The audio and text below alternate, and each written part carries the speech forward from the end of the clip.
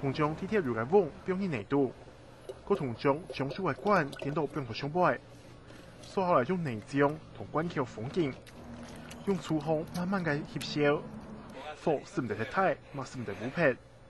3日過後，又擺富人家嘅每樣新品，原油是做好嘅，看起來簡單嘅過程，但鋪從下使唔得青菜。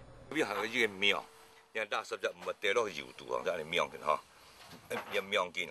按兩邊裝樹兩邊用兩邊而係苗夾緊啊，你嗬，你就係講緊佢，也樹就唔係跌出來嗬。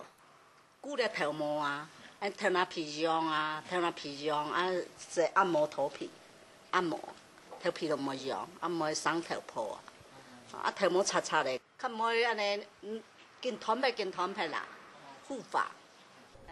做姜腦已經流行萬年嘅唔新鮮，只係成日搖來做。研究世界人係拿到腦種刺激，當其時姜腦還係東西精當熱門嘅產業。唔過因為化學合成嘅姜腦油用低價打入市場過後，呢個傳統產業是慢慢嘅冇撇咧。後擺就是講東西嘅腦料深度，慢呢度係，嗰時個乜嘅料，乜個乜嘅幾多好幾多做嗬，單單姜腦人食來嘅。我哋目前你睇，呢個行業都冇人做啊，做唔會富啦。按個呢個真辛苦，所以點解實在個冇人做嚟嘅嚇？真係做？乜實在嚟講？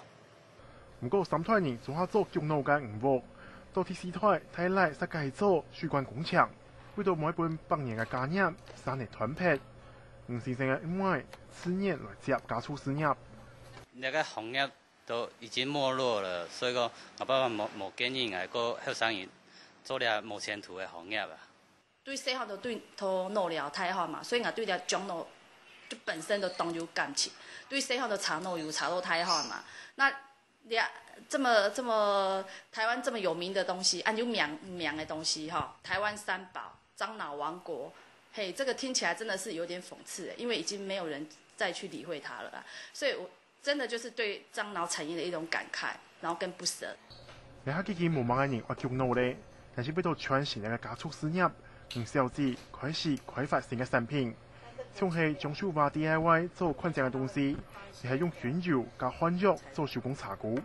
雖然呢條寫動辛苦，但是堅持自家理想，希望會加速事業，開創新嘅未來。香港新聞李成龍台中報道。